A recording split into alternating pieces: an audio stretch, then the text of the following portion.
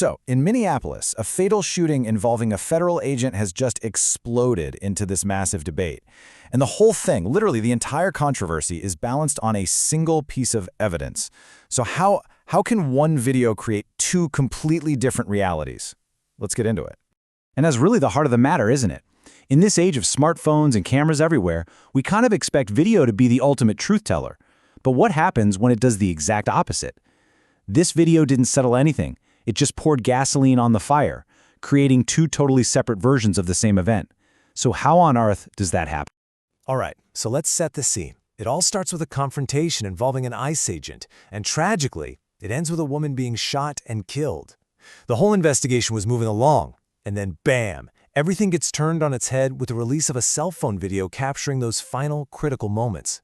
Now, here's the kicker. This wasn't recorded by some bystander across the street or a security camera. The video was filmed by the agent himself on his own phone.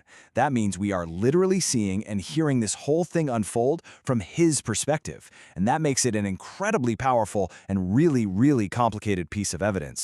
So this video gives us a raw, unfiltered look at those final seconds. We're not showing the footage itself, but just the audio transcript alone paints a really vivid picture of just how fast things escalated. It all comes down to just a few key words.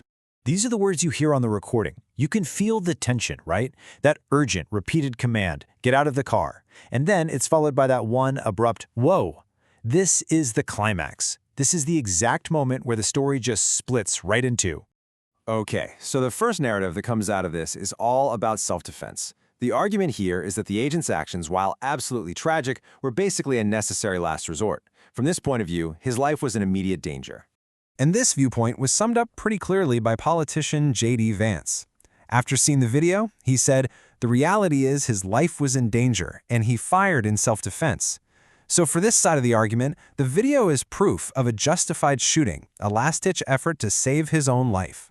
But, as you can probably guess, that is not the end of the story. Not by a long shot.